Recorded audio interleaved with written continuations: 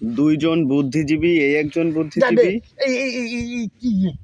আর এই হচ্ছে একজন বুদ্ধিজীবী। এরা দেশের বর্তমান কি অবস্থা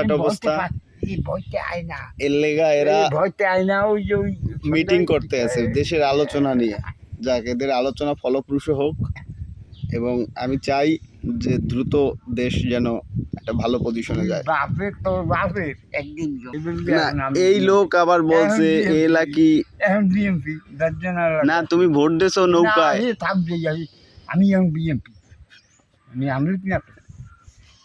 তুমি ভোট যে দিছো বিএমপি তে, এটা তো তুমি সবাইরে বলছো, এটা তো ভিডিও করা আছে মানুষের ফোনে।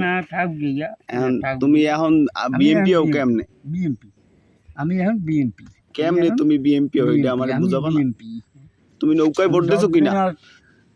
তুই মরিয়া ওই নাইতেই পারা লাগবে, ওই কইতে পারবি না যে আমি ধানের শীষে পারবি না কইতে।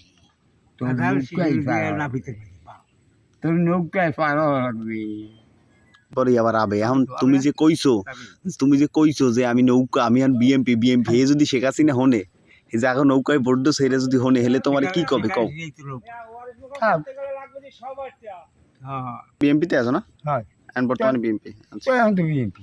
যাক, আবার নৌকা সময় আবে, নৌকায় হবে সময় আওয়ামী লীগে বোধে নাই চাই এখন বিএমপি। যাও, তুমি নৌকায় ভোট দিছো, এখন বিএমপি, এইটা খবরটা প্রচার করা লাগবে। আমাদের এলাকায় দুজন বুদ্ধিজীবী, তারা আলোচনা করতে বুদ্ধিজীবী সে আবার হাটাদেরকে দেখে একটু রাস্তার পাশে থমকায় দাঁড়াইছিলাম। দেশ নিয়ে তারা খুব কঠিন আলোচনা করতে আছে। বিশেষ করে নারু ভাই খুব তাড়াতাড়ি এই বিএমপি হয়ে গেছে। হাসিনা পালানোর পরে সে বিএমপি হয়ে গেছে শুনি।